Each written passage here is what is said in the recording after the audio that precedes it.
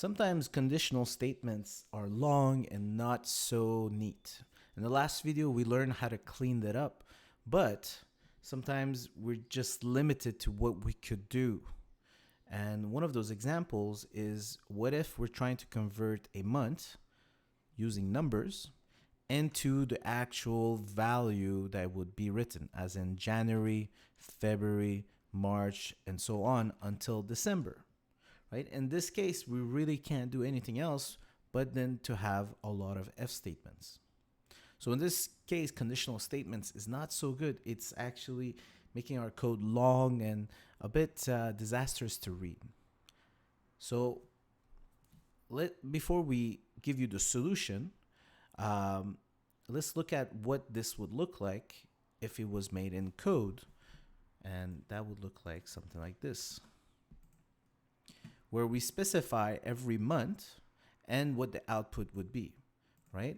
So if we look at this one, month 1 is represented over here.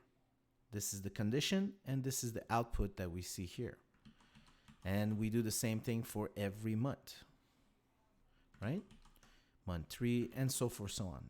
I omitted to write the flowchart here for month 4 till 12th, so April to December, because it's always the same thing. And lastly, we shouldn't forget that it is possible that errors can happen, such as there's a lot of integers, such as 0 or 13 or 14, but those are not valued at a month. Our month system goes from 1 to 12, right? So anything outside of that, we will finally reach our error. So in this case, we put the else here, right? There we go. Now, you could see already that it's a lot of repetition and it's a lot of issues going on here. It's not clean code, right? And that's going to be our goal soon. So to fix this, what the computer allowed, what Java and many other languages allow us to do, is to utilize this thing called a switch. Underneath the hood, the switch will get converted into this conditional statement, at least how it functions at the bottom. But for us, where we have to read a lot of code, it will make our code much more readable. So what we're going to do is convert this into a into a switch statement. So the same value. Now, let's get started. Let me just erase a bit of this. Now, before we get started, we need to know the rules of a switch statement. The first rule is it has to be a singular variable. It can't be more than one thing. Notice here, we're only comparing the month and nothing else. If we compare more than just that, let's say month and the year, well, we cannot utilize switch. The second rule is we're not allowed to have any expressions inside our switch. We have to always have a variable. We can't ask a question inside our switch. We can't say if it's this and that, or it equals to this, or it's bigger than that, right? You're going to see what I mean as soon as we convert this to a switch. So let's get started. So the first thing we need is the keyword switch, lowercase everything. Inside the parentheses, we're going to put the variable that we're going to compare to many different values. And we're going to open the body. Inside the body, we're going to specify the case. So the case when the month is equal to 1, right? Notice it's not a expression. It's always going to be month, it's equal to 1. It's not going to say if month is higher or let's say bigger than or smaller than, or if it's not equal. It's always going to be equal. So month, when it's the value of 1, what do we want to do? Well, we want to print out January. So we're going to press enter here. And to finish the body of a case, we need to do a break. Unlike if statements, which normally either takes one statement or it closes off with the parentheses, inside of a switch, we require this break keyword. Then we go with case number 2. Same thing as always. Now, in some languages, the actually switch statements allows you to drop from one case to the next. In the case of Java, in the case of Java, we could also do that. So what that means is, this is a bit problematic, but we're going to come back to this and I'll show you what it means in a little second. Problematic is a bad word. It's actually really good. So let me fill in this. So if you look over here, we created one case for each scenario.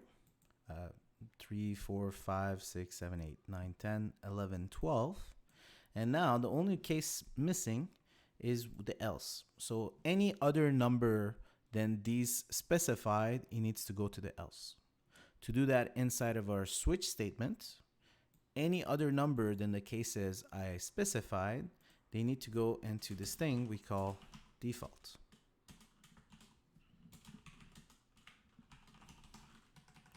And some languages will require you to break even for that. Now, this is the same thing as my if else if that we've seen before. What's convenient about this is we know that everything is comparing this one. Mind you, it's a bit meaningless. We only have one-liners and etc. But it makes our code much more readable and much more manageable, right? It's easier to come back. It's easier to read it, modify it, adjust it, and so forth, so on. Let's just make sure it works. So we're just going to run this. Right now the month is 4, so obviously it's going to print out April, and you'll notice that it's going to print out April 2 times, sorry. Once with the switch, and when we scroll down, once with the if statement. Okay, so that's working out fine. We could try some other numbers, maybe a number that's outside 15. We'll notice now we should get an error twice. Perfect. So this is switch statement. It's made there to make it more readable for the programmers. And one thing that you could do with a switch is not break it and follow through. So let's say month of 4, rather than breaking it here, I want to print April and May. So here I'm going to run it. Notice that the switch statement, it printed April and May. Now, not having this break could be really useful. Sometimes they choose an option that comes with many things that needs to be done. So this could be really useful for some things you want to do, where 2 cases will run. Mind you, this goes from top to bottom again. So the moment one of these cases is true, it will not check any of the other cases as soon as it hits the break. And again, notice that here month was 4, it did the line 20, but it also did line 23. The moment a case is valid, it will not check for cases again. It will just keep running the code until it hits a break. So it goes top to bottom, one statement at a time. All right? Switches are really useful. In the end, when it gets compiled, they all get down to being the same thing. So it's just a different way of showing our if statements, our conditional statements. It's really powerful if you know when to utilize it and how you utilize it. All right, guys, see you in the next video.